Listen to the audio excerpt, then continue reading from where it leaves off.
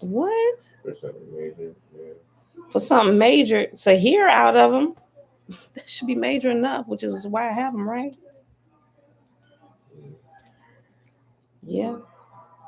You had like the whole weekend to look for them misplaced headphones. Glad you did to use a pair of his. No, no. Why? See, I just totally bypass your dad and just want to come to my stuff. Matter of fact, the ones you just lost is the first pair I gave to you.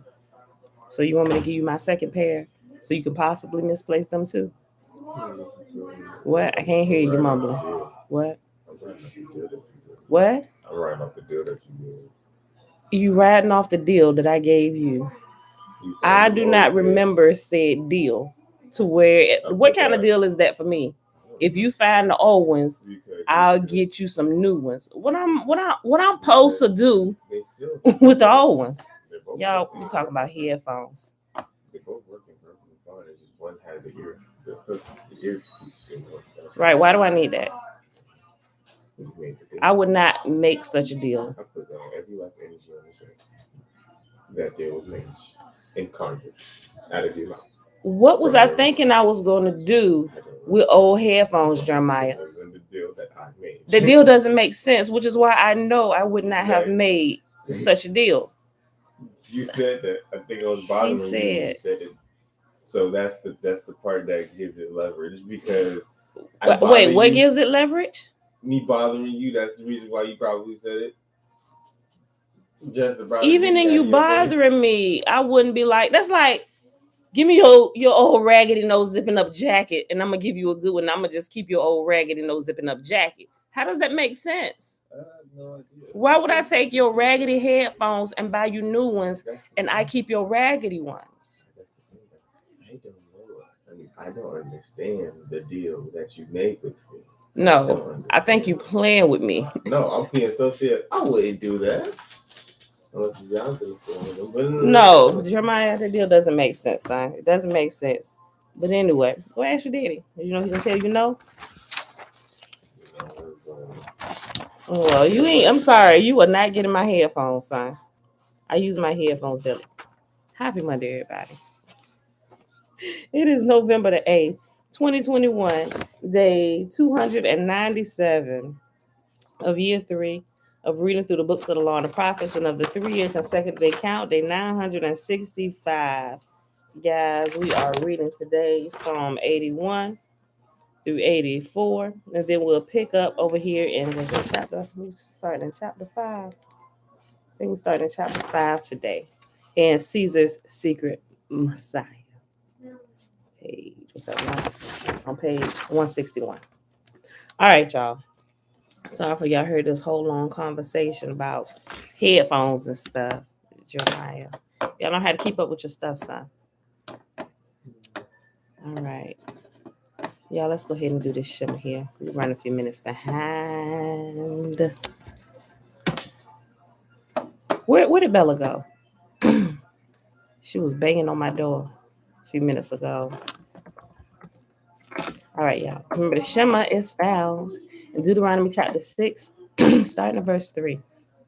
Hear, therefore, O Israel, and observe to do it, that it may be well with you, and that you may increase mightily, as Yahuwah, the mighty one of our fathers, has promised us, in the land that flows with milk and honey. Hear, O Israel, Yahuwah, our mighty one, he is one. And you shall love Yahuwah, your mighty one, with all your heart, and with all your soul, and with all your might. And these words which I command you this day shall be in your heart, and you shall teach them diligently unto your children, and shall talk of them when you sit in your house, when you walk by the way, when you lie down, and when you rise up. And you shall bind them for a sign upon your hand, and they shall be as frontlets between your eyes. And you shall write them upon the posts of your house and on your gates. And Yahuwah commanded us to do all these statutes, to fear Yahuwah, our mighty one, for our good always, that he might preserve us alive, as it is at this day. And it shall be our righteousness if we observe to do these commandments before Yahuwah, our mighty one, as he has commanded us. All right, beautiful people. Bless you. Bring this up. Psalms. Let's minimize the screen over here.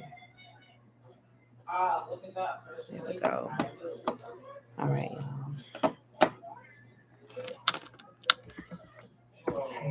y'all. Psalm chapter 81. This is for the choir director. A psalm of Asaph to be accompanied by a stringed instrument. Sing praises to Yah, our strength. Sing to the God of Jacob. Sing, beat the tambourine. Play the sweet lyre and the harp. Blow the ram's horn at new moon and again at full moon to call a festival. For this is required by the decrees of Israel. It is a regulation of the God of Jacob. He made it a law for Israel when he attacked Egypt to set us free. I heard an unknown voice say, now I will take the load from your shoulders. I will free your hands from the heavy task. You cried to me in trouble, and I saved you. I answered out of the thundercloud and tested your faith when there was no water at Meribah. Listen to me, O my people, while I give you stern warnings. O Israel, if you would only listen to me. You must never have a foreign God. You must not bow down before a false God, for it was I, Yahuwah, your God, who rescued you from the land of Egypt. Open your mouth wide, and I will fill it with good things. But no, my people wouldn't listen. Israel did not want me around, so I let them follow their own stubborn desires, living according to their own ideas. Oh, that my people would listen to me. Oh, that Israel would follow me, walking in my paths. How quickly I would then subdue their enemies. How soon my hands would be upon their foes. Those who hate Yahuwah would cringe before him. They would be doomed forever. But I will feed you with the finest wheat.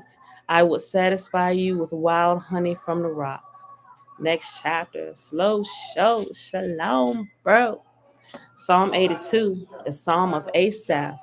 Yahuwah presides over heaven's courts. He pronounces judgment on the heavenly beings. How long will you hand down unjust decisions by favoring the wicked? Give justice to the poor and the orphan. Uphold the rights of the oppressed and the destitute. Rescue the poor and helpless. Deliver them from the grasp of evil people. But these oppressors know nothing. They are so ignorant.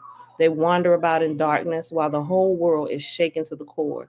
I say, you are gods. You are the children of the Most High. But you will die like mere mortals and fall like every other ruler. Rise up, O Yah, and judge the earth, for all the nations belong to you. Next chapter, Psalm 83, a song, a psalm of Asaph. O Yah, do not be silent, do not be deaf, do not be quiet, O Yah. Don't you hear the uproar of your enemies? Don't you see that your arrogant enemies are rising up? They devise crafty schemes against your people. They conspire against your precious ones. Come, they say, let us wipe out Israel as a nation. We will destroy the very memory of its existence. Yes, this was their unanimous decision. They signed a treaty as allies against you. These Edomites and Ishmaelites, Moabites and Hagarites, Gebalites, Ammonites, Amalekites, and people from Philistia and Tyre. Assyria has joined them too and is allied with the descendants of Lot. Do to them as you did to the Midianites, and as you did to Sisera and Jabin at the Kishon River. They were destroyed at Endor, and their decaying corpses fertilized the soil. Let their mighty nobles die as Oreb and Zeb did. Let all their princes die, like Zeba and Zalmunna. For they said, let us seize for our own use these pasture lands of Yah. O Yah, scatter them like tumbleweed, like chaff before the wind. As a fire burns a forest, and as a flame sets mountains ablaze. Chase them with your fierce storm, terrify them with your tempest. Utterly disgrace them until they submit to your name, O Yah. Let them be ashamed and terrified forever. Let them die in disgrace. Then they will learn that you alone are called Yahuwah. You alone are the Most High, supreme over all the earth. Next chapter, Psalm chapter 84. It's for the choir director, a psalm of the descendants of Korah to be accompanied by a stringed instrument. How lovely is your dwelling place, O Yah, the God of heaven's armies. I long, yes, I faint with longing to enter the courts of Yahuwah. With my whole being, body, and soul, I will shout joyfully to the living God. Even the sparrow finds a home, and the swallow builds her nest and raises her young at a place near your altar. O Yah, God of heaven's armies, my King and my God. What joy for those who can live in your house, always singing your praises. What joy for those whose strength comes from Yahuwah, who have set their minds on a pilgrimage to Jerusalem. When they walk through the valley of weeping, it will become a place of refreshing springs. The autumn rains will clothe it with blessings. They will continue to grow stronger, and each of them will appear before Yahuwah in Jerusalem. O God of heaven's armies, hear my prayer. Listen, O God of Jacob. O Yah, look with favor upon the king, our shield. Show favor to the one you have anointed. A day in your courts is better than 1,000 anywhere else. I would rather be a gatekeeper in the house of Yahuwah than live a good life in the homes of the wicked. For Yahuwah is our sun and our shield. He gives us grace and glory. Yahuwah will withhold no good thing from those who do what is right. O Yahuwah, the God of heaven's armies, what joy for those who trust in you. That was the last chapter, y'all. I was flowing. I was about to read 85. All right, y'all. That's our reading for today. That was fast. Psalms 81 through 84. All right. So let's go ahead and get started. We only at 11 minutes. Okay. Get my book. Okay. Yep. Chapter 5.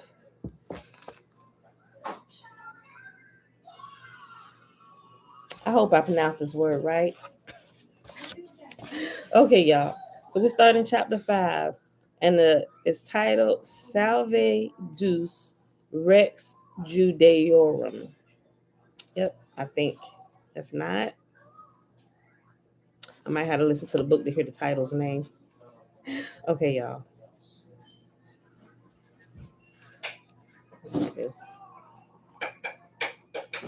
All right.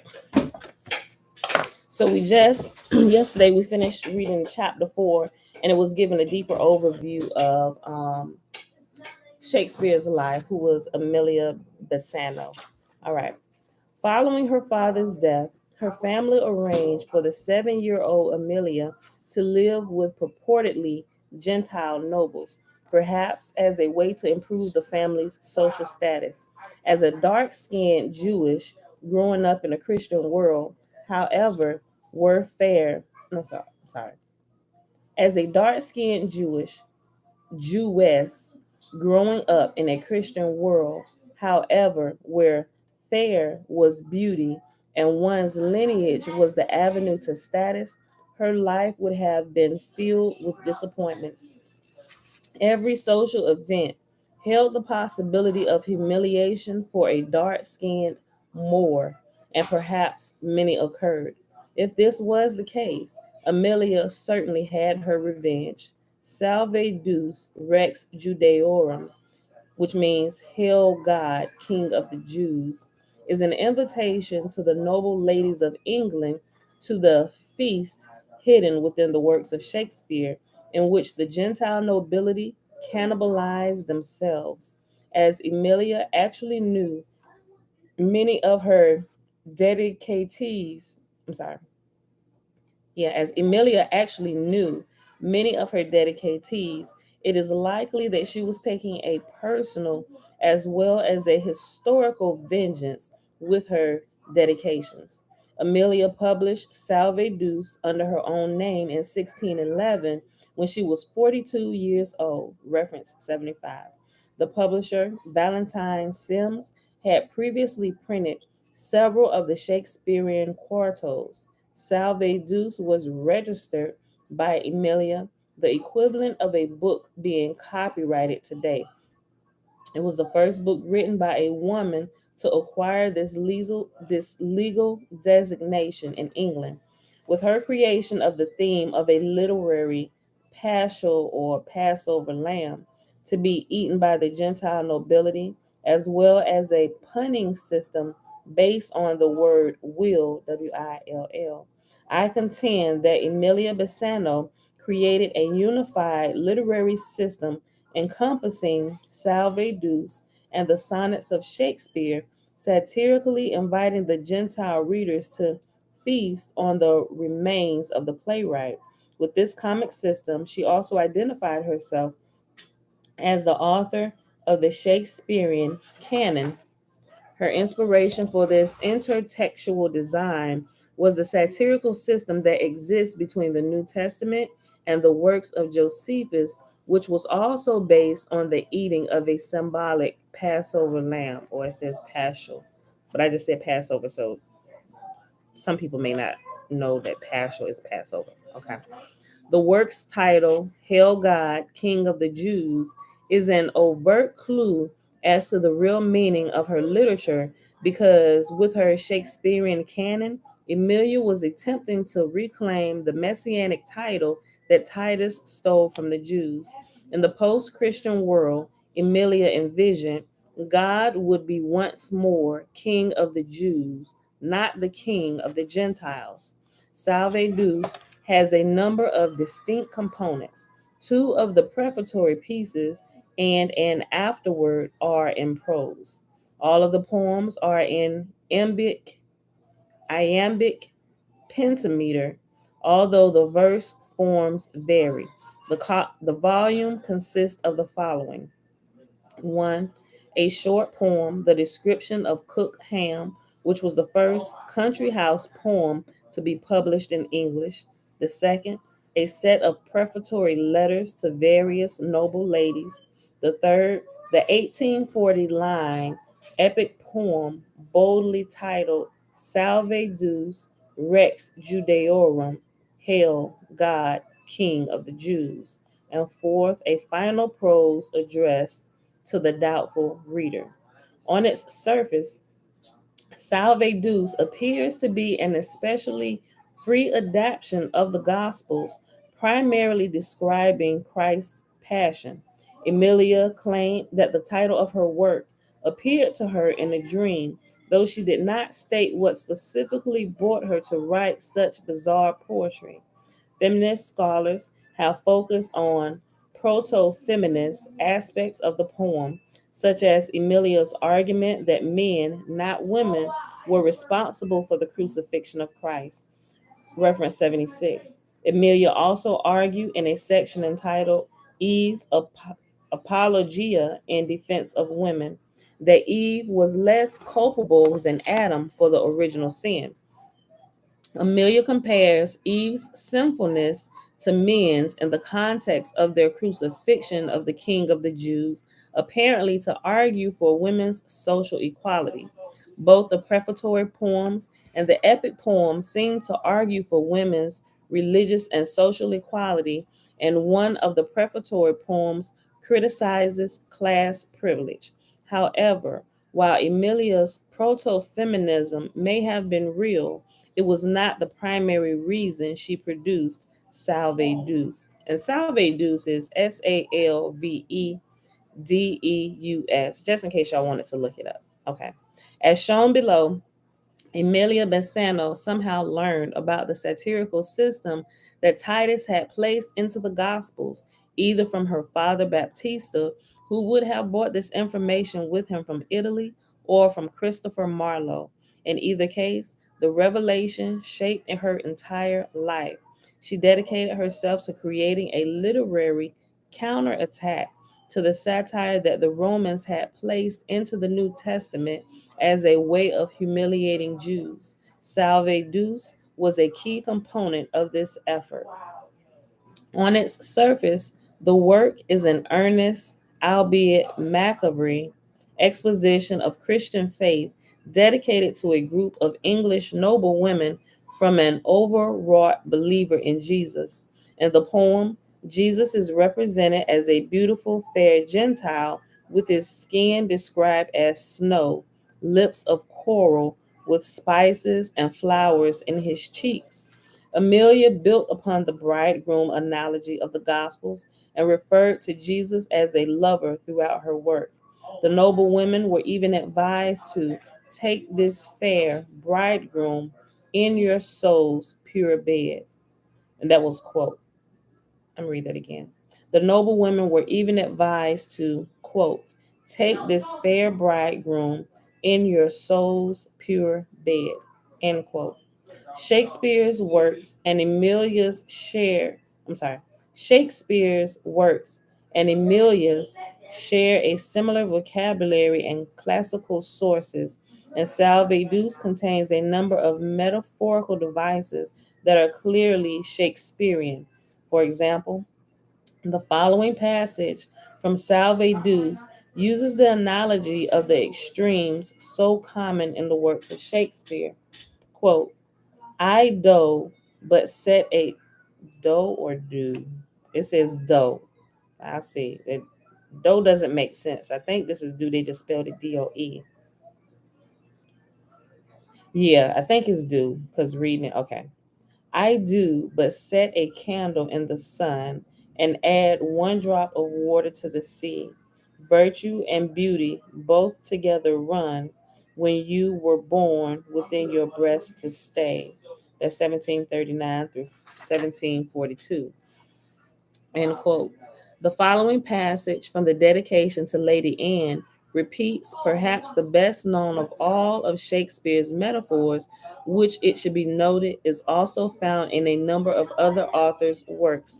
Quote, for well you know this world is but a stage where all do play their parts and must be gone.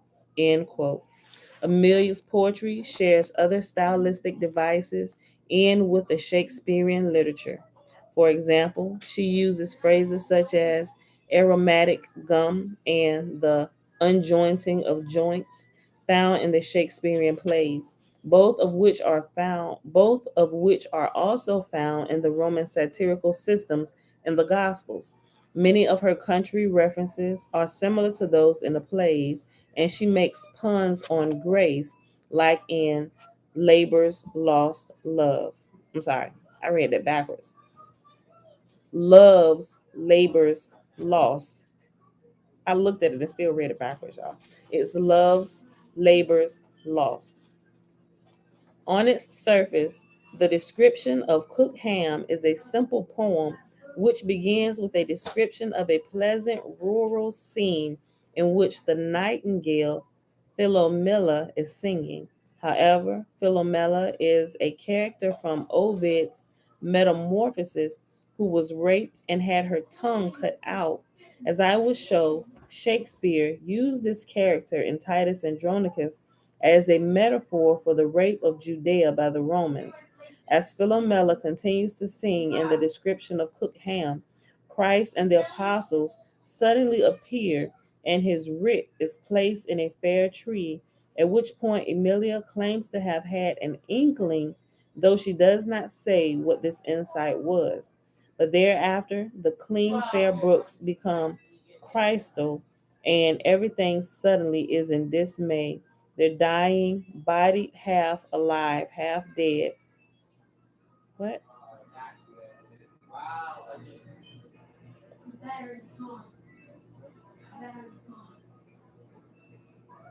Okay, let me read that sentence again. But thereafter, the clean, fair brooks become crystal, and everything suddenly is in dismay. They're dying, bodied, half alive, half dead, and the nightingale now sings a mournful ditty, unable to chirp or sing. The poem would appear to indicate that the arrival of the New Testament did not help cook ham remain a rural Garden of Eden, which would have been the reaction of a Jew who learned about the satirical system in the Gospels. This reaction is reflected in the very uncultured title of the poem, Cook Ham, which slyly implies that Emilia is leaving a Gentile place that eats swine flesh. The most important connection between Salve Deus, Rex Judaeorum, and the works of Shakespeare, however, can only be seen in the light of the Gospel's satire of its Passover lamb, Jesus, who was cannibalized by his followers, most of whom were members of the Jews' royal family, the Maccabees. As shown below, Salve Deus is like the Gospels in that it symbolically presented the body of Jesus to the noble ladies of England as a Passover feast. Remember, and they're talking about they ate it because they're referring, if you were here, if you are able to keep the linking together, it's talking about when Jesus was like, this is my body, eat my flesh, like my flesh is the bread that you're to eat, and his blood is the wine, right? So remember when they were explaining all that. So remember, keep it all in its context, y'all. So that's what they're talking about, the communion, when they say that the Gentiles cannibalize themselves or Jesus, right? Okay. Let me read that sentence again. The most important connection between Salve Deus, Rex Judaeorum, and the works of Shakespeare, however, can only be seen in the light of the Gospel's satire of its Passover lamb, Jesus, who was cannibalized by his followers, most of whom were members of the Jews' royal family, the Maccabees. As shown below, Salve Deus is like the Gospels in that it symbolically presented the body of Jesus to the noble ladies of England as a Passover feast. Emilia extended numerous invitations to her wholesome feast. In fact, as Schnell observed, such imagery is ubiquitous in Emilia's poetry. Reference 77. Such language is a total departure from traditional Christian imagery and theology. No other author has ever had the impudence to claim to being able to serve Jesus. This begs the question, why did Emilia wish to feed a literary Passover lamb to the English nobility? The answer to this question lies in the works of Shakespeare.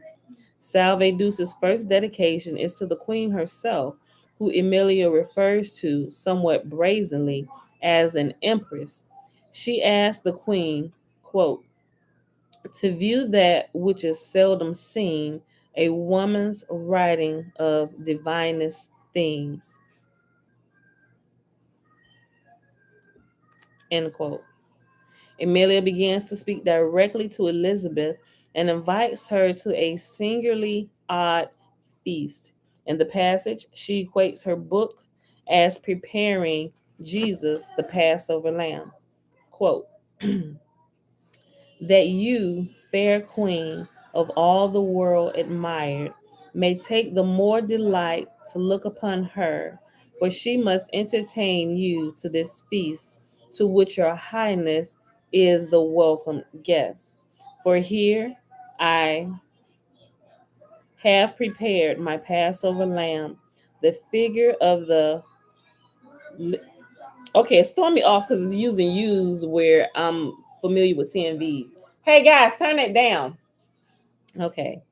For here I have prepared my Passover lamb, the figure of the living sacrifice, who dying all the infernal powers overcame, that we with him eternity might rise.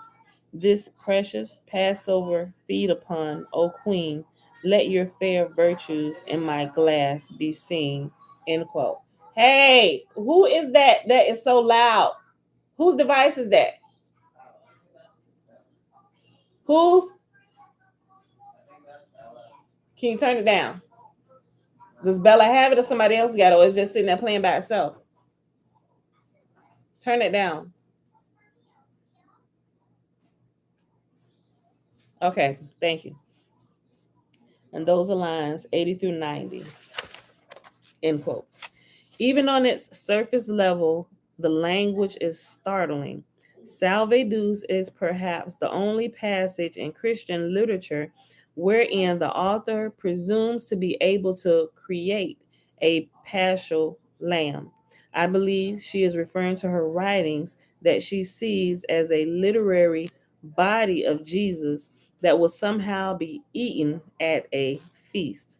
Though the strangeness of the language is tempered perhaps by the fundamentally odd nature of the communion sacrament it plays upon, the boldness of the statement is nevertheless striking.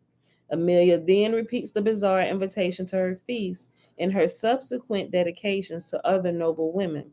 To the queen's sister, she wrote, quote, "You fair princess, next our famous queen, I do invite unto this wholesome feast, though your fair eyes far better brooks have seen, yet being the first fruits of a woman's wit, vouchsafe your favor in accepting it." End quote. Amelia builds upon the theme of her paschal feast in subsequent dedications and actually describes how sweet Jesus will taste when he is eaten. Quote, "To taste his sweetness, whom they so adored, sweetness that makes our flesh a burden to us, knowing it serves but only the undo us. I'm sorry. Knowing it serves but to only undo us." End quote. And that's lines 1742 through 1745. To the Lady Susan, Countess de Wagner of Kent, with whom she purportedly lived with during her youth, she wrote, quote, "Come you that were the mistress of my youth, the noble guide of my what? Van Gurden, the noble guide of my Van Gurden days.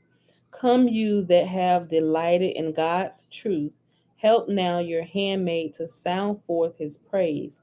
You that are pleased in his pure excellency, vouchsafe to grace this holy feast, and me." End quote. She also wrote that Lady Susan would be able to taste Jesus at the feast. Quote, when with Christ Jesus she did mean to go from sweet delights to taste part of his woe. End quote. She repeats her theme in a dedication entitled "The Author's Dream to the Lady Marie." In the poem, Amelia again describes her literature as a religious feast to which Marie was invited.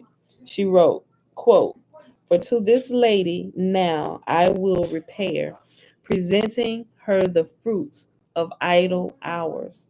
Though many books she writes that are more rare, yet there is honey in the meanest flowers, which is both wholesome and delights the taste. Though sugar be more finer, higher prized, yet is the painful bee no whit disgraced, nor her fair wax or honey more despised.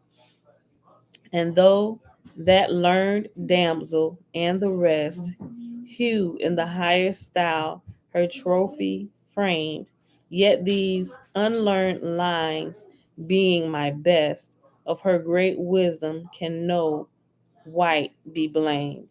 And therefore, first I here present my present is pre they're writing in a way that the spelling seems wrong as well. And therefore, first I here present my dream, and next invite her honor to my feast. End quote. To Lady Catherine, Countess of Suffolk, Amelia asked that her food be passed on to subsequent generations of Gentile noble women. She wrote, quote, "And let your noble daughters likewise read this little books that I present to you on heavenly food, let them vouchsafe to feed." End quote. To the Lady Anne, Countess of Dorset, Amelia composed a dedication that again invited a noble woman to the paschal feast of her literature and made use of a pun found in Shakespeare's sonnets, that is, exchanging the meaning of the word will, one's intention, with the name of the individual, Will Shakespeare. Quote, "Then in this mirror let your fair eyes look to view your virtues in this blessed book, blessed by our Savior's merit, not my skill, which I acknowledge to be very small. Yet if the least part of his blessed will I have performed, I count I have done all. One spark of grace sufficient is to fill our lamps with oil, ready when he doth call, to enter with the bridegroom to the feast, where he that is the greatest may be least. End quote. This pun on will, Will, found in the literature, found in the line, quote, yet if the least part of his blessed will I have performed, I count I have done all. End quote. Within the context I am indicating suggests that Emilia was claiming sole authorship of the Shakespearean literature. Notice also that the word will is correctly capitalized because it is the name of a person, not the intent of God. This method of differentiating the person will from someone's will is a key to understanding the meaning of the sonnets. In order to fully expose the typological link between Bassano's work in Salve Deus and her work as Shakespeare, it is necessary to digress at this point and review the sonnets. I'll call you in a minute. All right. The meeting at 12? It's at 12 at some beach. So all right. What time you be back here to get me? In an hour? I'll be back in about an hour and a half. You bringing Jeremiah back? Yeah. Okay. Okay. In order to fully expose the hold on. Yeah. Bring Jonathan too? No. I'm sorry, I went up too far. The poem developed the theme that whoever has her wish, that is to say, whoever reads the literature of Shakespeare has thy will, that is, the paschal lamb sacrifice. Good morning to you. The punning system begins in sonnets 133 and 134 and continues through 135 and 136.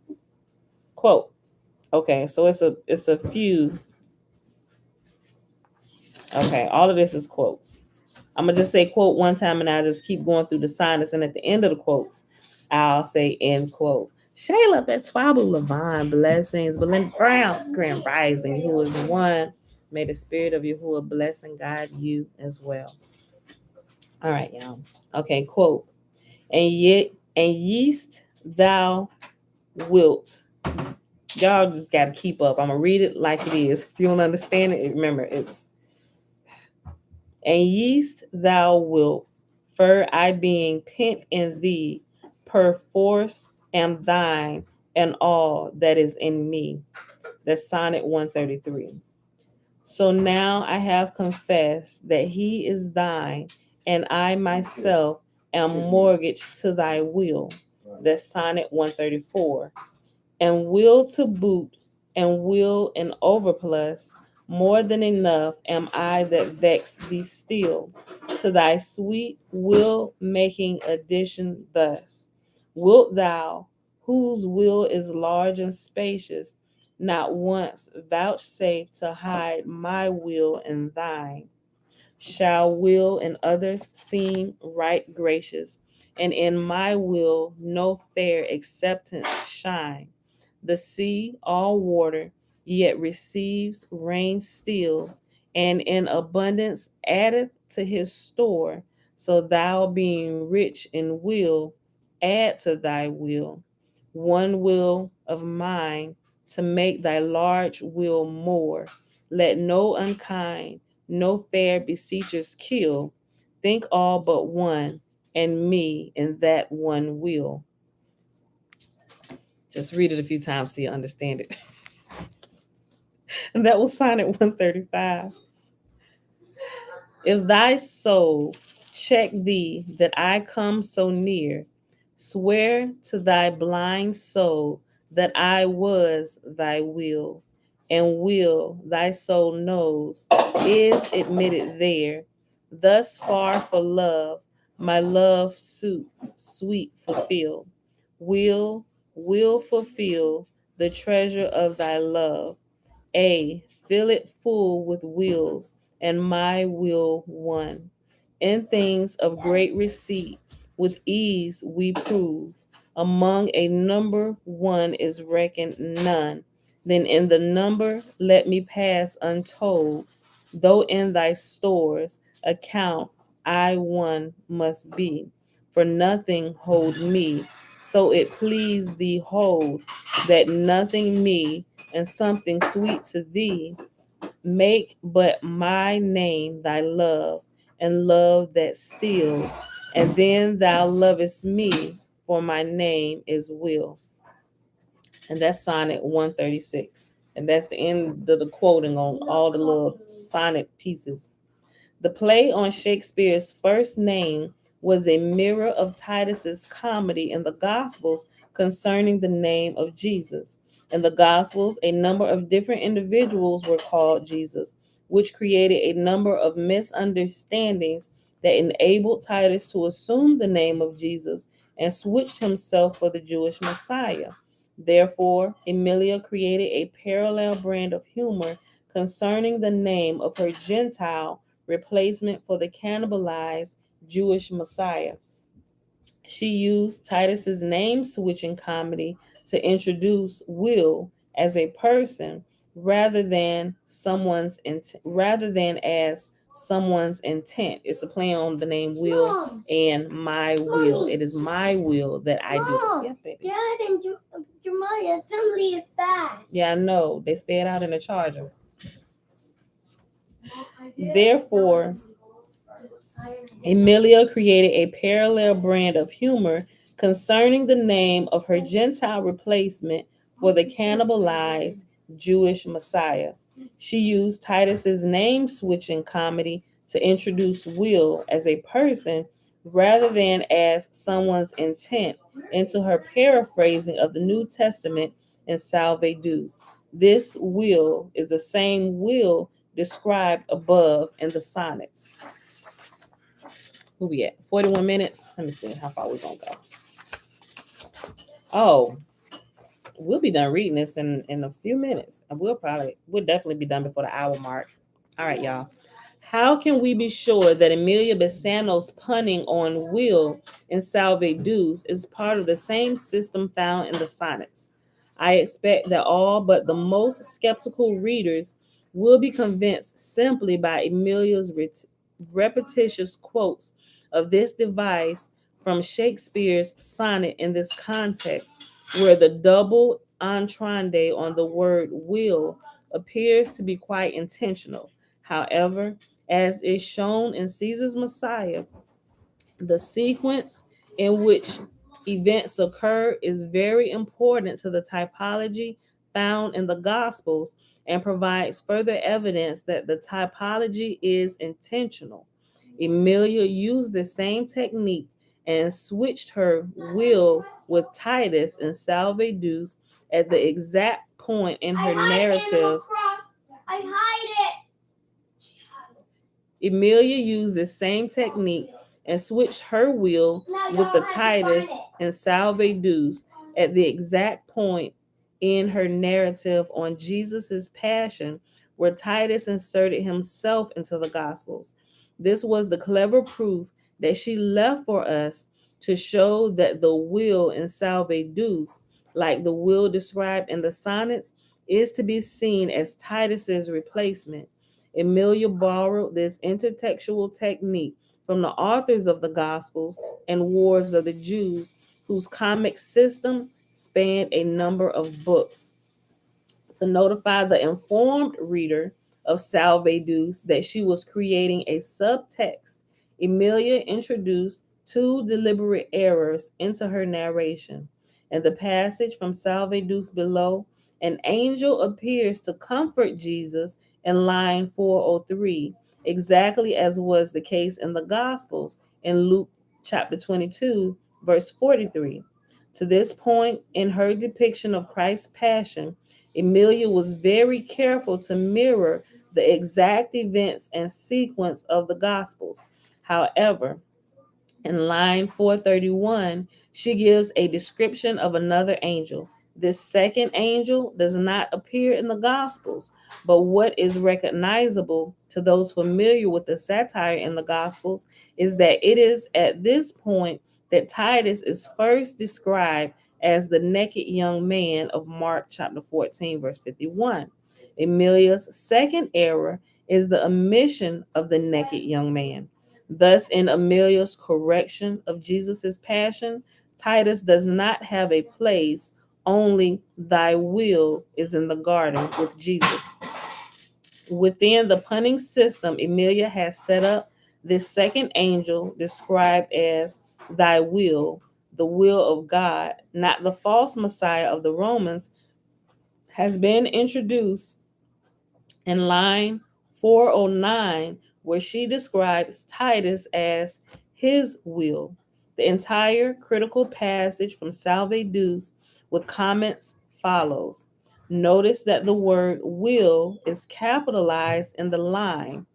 Quote, if 'twere his will, that cup might pass away. End quote. Then it's another quote that comes. Bidding them to marry, thou didst further go, to meet affliction in such graceful sort as might move pity both in friend and foe. Thy sorrows such as none could them comport, such great endurements who did ever know, when to the Almighty thou didst make resort, and falling on thy face didst humbly pray, if 'twere his will, that cup might pass away, saying, not my will, but thy will, Lord, be done. When as thou prayedest, an angel did appear from heaven to comfort thee, God's only Son, that thou thy sufferings mightest the better bear, being in agony thy glasses near run. Thou prayedest more earnestly in so great fear that precious sweat came trickling to the ground like drops of blood, thy senses to confound. End quote. The following line is the point where Emilia introduces two wills. His will is the will of Titus, and thy will is Shakespeare, who she saw as representing the will of God. Notice that she again capitalizes the two wills, which would be the correct grammar if the wills she were referring to were persons. The statement means that Titus was able to insert his will.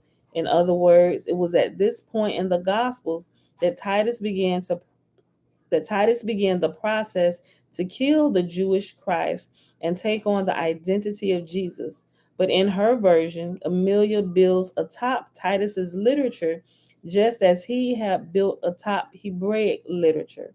Thus, just as Titus had done, she inserts a second character in this point in the story of Christ's passion.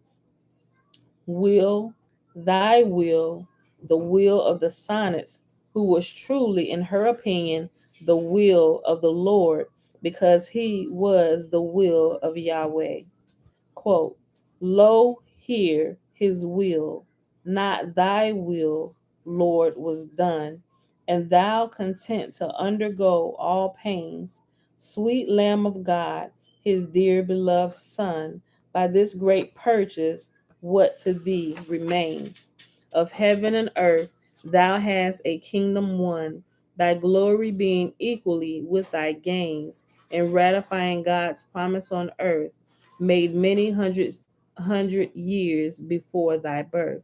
But now returning to thy sleeping friends that could not watch 1 hour for love of thee, even those three friends which on thy grace depends, yet shut those eyes that should make their maker see.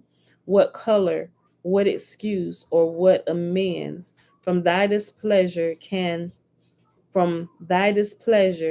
now can set them free. Yet thy pure pity bids them watch and pray, lest in temptation they be led away.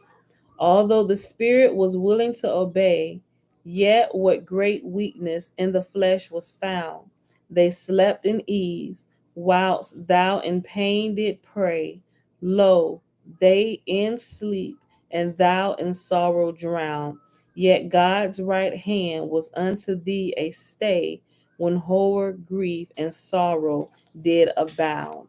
End quote. And clearly, those who are familiar with the New Testament know that this is talking about the portion of scripture where Jesus is up. He took the 3 disciples with him and he was up there praying and they kept falling asleep. He came back down. What y'all doing?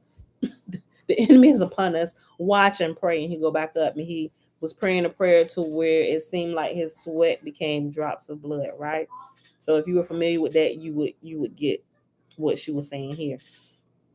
Mom, shalom, Gil. What's up? The following lines describe the second angel, the one that is not found in the Gospels. Amelia then goes on to detail the great sin that has been done. She exits the Gospels' narration of Jesus' passion to point out that David and Solomon had kingdoms taken from them because of their sins. In the context she is operating in, the Romans' arrest of Jesus, she is suggesting that Roman kingdom will be taken away from them by God for their wickedness. Notice that she is not referring to Judah's sin, but to the sin of someone who loses a kingdom. From this point forward, she takes a completely different stance concerning the Romans than found in the Gospels, which is that they were the ones guilty of killing the Christ. Her point has a larger historical meaning. Emilia believed that a Jewish empire would replace the Christian one once the truth of Christianity was revealed. Quote, his angel did appear from heaven to thee to yield thee comfort in extremity. But what could comfort then thy troubled mind when heaven and earth were both against thee bent? And thou no hope, no ease, no rest could find, but must restore that life which was but lent. Was ever creature in the world so kind, but he that from eternity was sent to satisfy for many worlds of sin, whose matchless torments did but then begin. If one man's sins doth challenge death and hell with all the torments that belong thereto, hey, don't. If for one sin such plagues on David fell, as grieved him and did his seed undo. If Solomon, for that he did not well, falling from grace, did lose his kingdom too, 10 tribes being taken from his willful son, and sin the cause that they were all undone. What could thy innocency now expect when all the sins that ever were committed were laid to thee, whom no man could detect? Yet far thou wert of man from being pitied, the judge so just could yield thee no respect, nor would one jot of penance be remitted, but greater horror to thy soul must rise than heart can think or any wit devise. End quote. There are a number of passages within Salve Deus that have struck critics as anti Semitic. For example, she describes Jewish wolves that bit the Savior. However, in my view, these passages simply reflect the history that Emilia was disclosing, wherein a number of Jews had assisted Titus in his destruction of the Jewish Messiah. Such passages also hid the poem's real meaning from the censors, who, if they had uncovered it, would have had Emilia executed. One of these Jewish wolves, Josephus, appears again and again as a type throughout the Shakespearean plays, usually experiencing some horrible fate as a symbolic punishment for helping Titus. And that, my beautiful people, is the reading for today. That is the end of chapter 5. Y'all, I keep checking. I know it's chapter 11. I'm like, how long before we get to 11? When we get to Revelation, I'm so excited to read it. But we start in chapter 6 tomorrow. All right, y'all. I know some of that sounded while I was reading. And it was a lot of quotes. Some of y'all may have been able to follow along. You may have been able to follow along better if you had a chance to go watch some of the movies and you watch the more modern versions. I don't know. But for some reason, it's easier for me to understand if you watch it in our normal language today, like how I'm talking now without all the dust out arts. And then She got these. So many. Why are you mad that she went and got my candy? Are you mad because you didn't get any? Give her the candy back. Give it to her. So you're mad because you didn't get any and you see her with more than what you have. Leave her alone. Bye. Isaiah, you better not go in my room. Come back down these stairs.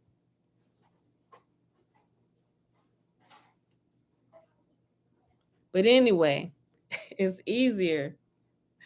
At least in my mind, it's easier to understand some of this when you understand the gist of what is going on.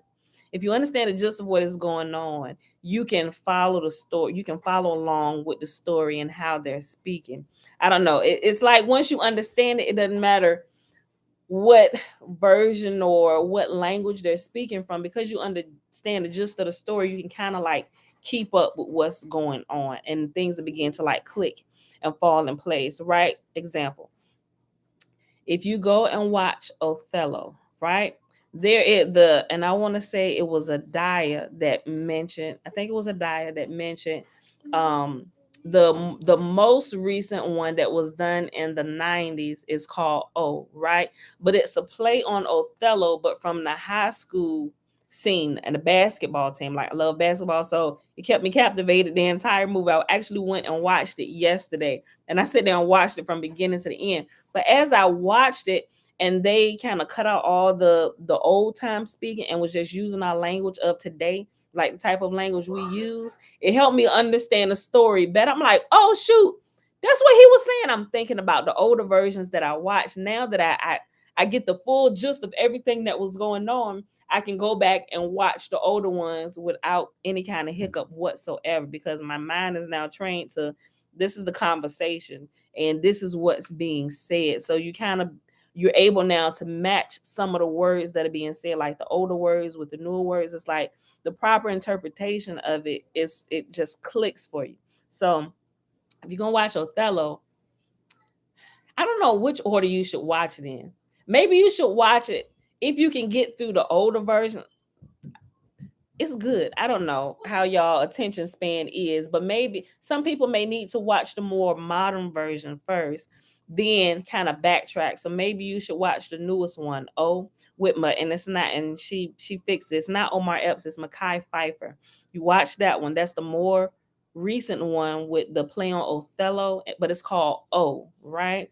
You watch that one, then you go back and watch the one that was done before then with Lawrence Fishburne. It's a little modern, but it's a lot of the old time talking, but you will understand clearly what's being said. And after you watch that one, y'all may not have all that time. I kind of multitask and do things, and I find time to do it. Then you go and watch the oldest one, right? And then I realized by doing that, even by watching Hamlet, my mind is already tuned to how the conversations are spoken, and it seems like words are misplaced, but I don't know, it just begins to kind of like lock in place where you don't have issues anymore with understanding them if they're talking in like the 1600 lingo. That's kind of how it was for me, even with the New Testament. I mean, yeah, when I was reading the New Testament, when I started off, I started with the King James Version, and it was like, thus thou art hitherfore here too. And I'm like, what?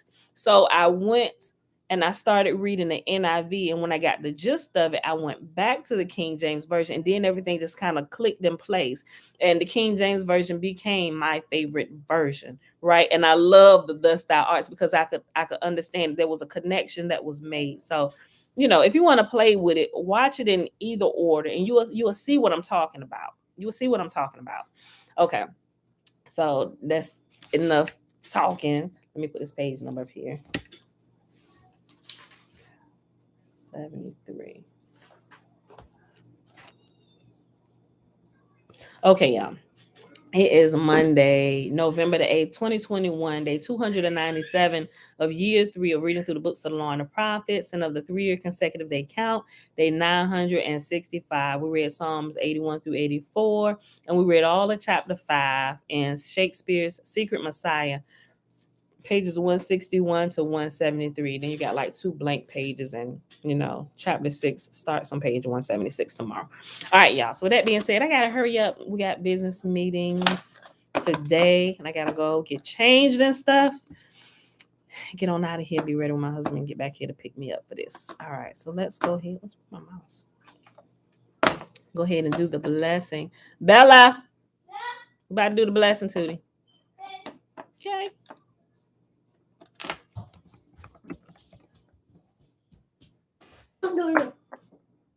Oh yeah, girl, finish chewing up. Hold on, get down. Hold on. Hop down for a second. Just got on your mouth. Come here.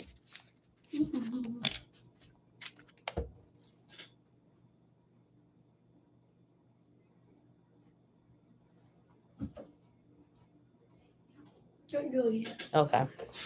I gotta be presentable, girl. Gotta be presentable. All right, y'all. Come on. Don't do it. Hop up here. I'm gonna just start going. Remember, the blessing is found in No, Numbers. I did not. Numbers chapter 6, I did starting not. verse 22 through verse I 27. did not. I ain't reading yet. I'm preparing this for when you get here. All right. And Yahuwah spake unto Moses, saying, Speak unto Aaron and unto his sons, saying, On this wise ye shall bless the children of Israel, saying unto them, And Yahuwah will kneel before us, presenting gifts, and will guard us with the hedge of protection. Yahuwah will illuminate the wholeness of his being towards us. Hold on. Kind of lost my spot. Yahuwah will illuminate his being towards us, bringing order, and he will provide us with love, sustenance, and friendship. Yahuwah will lift up his wholeness of being and look upon us, and he will set in place all we need to be whole and complete. And they shall put my name upon the children of Israel, and I will bless them. What? I said put our name. No, not our name. We put his name upon us, and he shall bless us.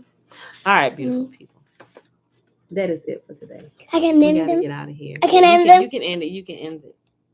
All right, y'all. Love y'all. See y'all tomorrow. She didn't kill Facebook. She just get them out of there. See y'all tomorrow. No, Bright don't say it. and Don't say it. Don't say it. bright No, and don't early. say it. 7:15 a.m. You can't end it before I say it. Eastern Standard No. Time.